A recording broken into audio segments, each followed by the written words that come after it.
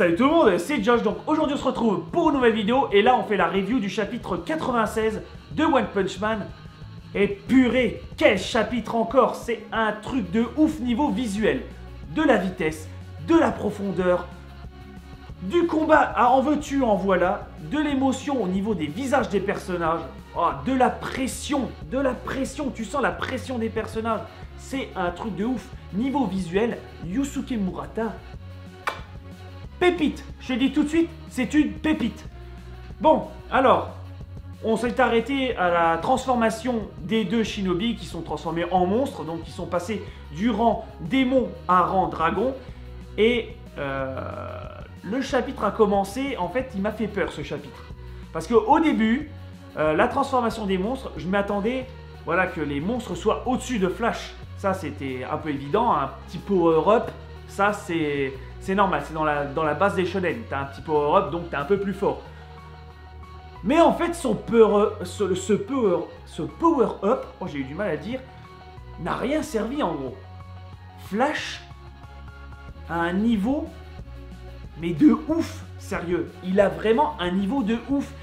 Il y a juste pendant le combat, là, pendant ce chapitre, il s'est pris une mandale. Il s'est pris, enfin pas une mandale, allez, on va dire quelques patates sur le visage. Mais en se protégeant. Mais c'était un truc de ouf. Même il les a conseillés. Il leur a dit, vous utilisez, c'est bien, vous utilisez votre vitesse, les attaques, tout ça, mais vous n'utilisez pas assez votre tête. Il leur donne des conseils. Il leur donne des conseils pour pouvoir le battre. Oh, le truc bien frustrant. Je te raconte pas, le truc bien frustrant. Et donc le combat se déroule, tout ça. Même à un moment, il perd son épée. Il y a un peu de combat à main. Mais voilà quoi, il les désingre en 2-2 avec un kick, je sais plus c'était comment, flash kick overdrive, j'en sais rien c'était quoi le nom, mais il les a perturbés, il récupère son sabre, boum, il fait une attaque et il les coupe en deux. Et voilà, il les a mis KO. Ouais, il les a tués, il les a mis KO, mais en 2-3 mouvements. Waouh, franchement, ce combat il a été expéditif, mais... Voilà, de trucs de ouf. Parce qu'à un moment, je m'y attendais, je dis, waouh, le combat il va être ouf là. Parce qu'à un moment, il leur dit, voilà, avec les armes, il casse le sabre de flamme de l'enfer. Et ils disent, ouais, plus besoin qu'on se sert des armes, les deux antagonistes. Il dit, on sert plus des armes, on va se battre comme des monstres. Voilà, je dis, mon gars, ça va envoyer du lourd. Là, on va avoir du combat. Ouais, il y a eu du combat, hein, mais voilà, il s'est pris quelques patates et il les a dézingués. C'est un truc de ouf. Et même les deux perdants, il faut le dire que ça comme ça, ils se sont demandé qu'est-ce qui nous manquait pour pouvoir te battre. Il leur dit au calme de l'entraînement. Alors là, mon gars, si c'est pas une réplique foutage de gueule, je sais pas ce qu'il faut. L'autre, il leur dit, bah, il vous manquait juste de l'entraînement. Pour vous dire comment le mec, il dit qu'il se la pète pas, mais dans sa réponse, ça pue, mais ça pue le narcissisme. C'est un truc de ouf. Ce mec, mon de Dieu, il est narcissique, mais il se rend pas compte. C'est un truc de dingue. C'est un chapitre, c'est un truc de malade mental quand même. Ce personnage était ouf. Franchement, Flash, je connaissais pas, voilà, j'avais une petite a priori sur ce personnage, mais franchement, je le kiffe. C'est un personnage vraiment sûr de lui, tout ça. Même il donne des conseils à des senpai, des trucs ça devrait être l'inverse. Non, mais c'est un truc de ouf. C'est un truc de ouf ce personnage.